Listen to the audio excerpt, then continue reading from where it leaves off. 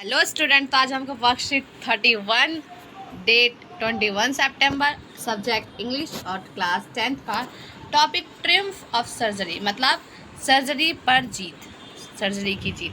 तो हम पहले पढ़ेंगे इसमें क्या लिखा है। I was really worried about tricky this time. I have pulled up my car when I saw his treat with his mistress and I was shocked with his appearance. He become Hooghly fat. ये tricky कोई और नहीं, tricky उसका कुत्ता है जो बहुत अजीब सा हो गया है। और वो जो राइटर है वो कह रहा है कि मैं उसे अपने कार में खींच रहा हूँ। मैं उसे जब देखता हूँ स्ट्रीट में, ऐसा लगता है कि बहुत अलग सा अपीयरेंस फील होता है इसको देखकर। Like a bloated sausage and leg as each corner.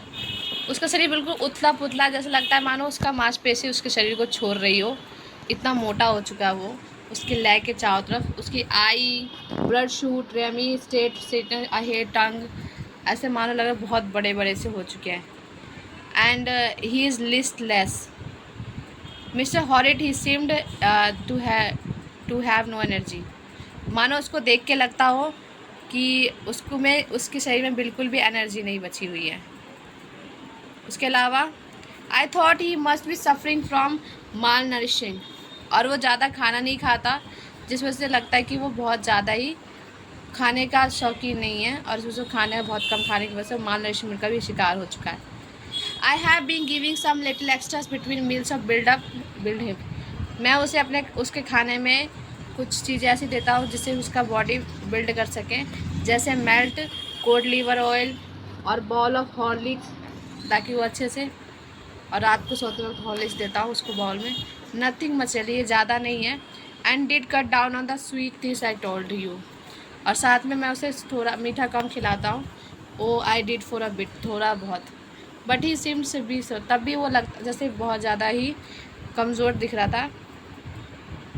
He does love cream cakes and chocolate. उसे क्रीम केक्स और चॉकलेट्स बहुत पसंद है।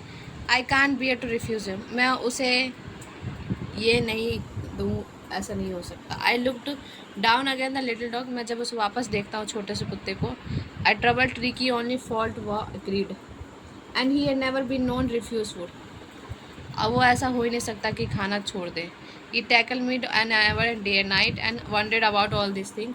Mister Fommy has hadn't mentioned are the giving plenty of exercise, well a little walks and you can see, but Hotke's gardener had been down the Lamborghini, so there has been no ring throwing lately.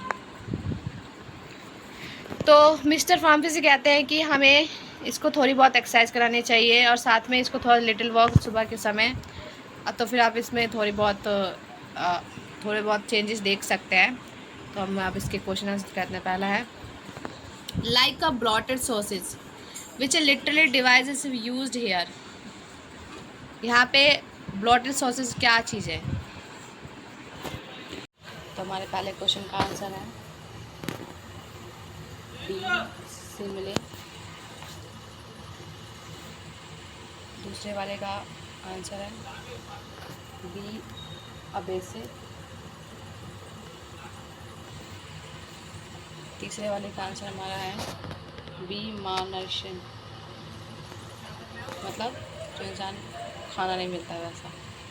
और D का हमारा answer है C, यानी both A and B are true. Question answer मैंने पहले निकाल के रखा है। What extra did Mr Pamphrey start to give Tricki and why. तो ये हमारा आंसर है Mr Pamphrey through that Tricki was suffering from malnourishing. He was weak and listless, and so he started to give him extra snacks between the main meal and Horlicks after dinner to him stronger. Sixth is excess of everything is bad. Relate this whereas situation given the extract. तो आप यहाँ देख सकते हैं कि यहाँ पे mister फम्फ्री fed Tricky excessively, spoiling Tricky's health to such an extent that he had to be hospitalized. Even in the hospital, she continued to convey Tricky her love through eggs, wine, brandy. Her fondness and care for Tricky proved that excess of everything made him fall sick. तो आप यहाँ से answer उतार सकते हैं। Thank you for watching video.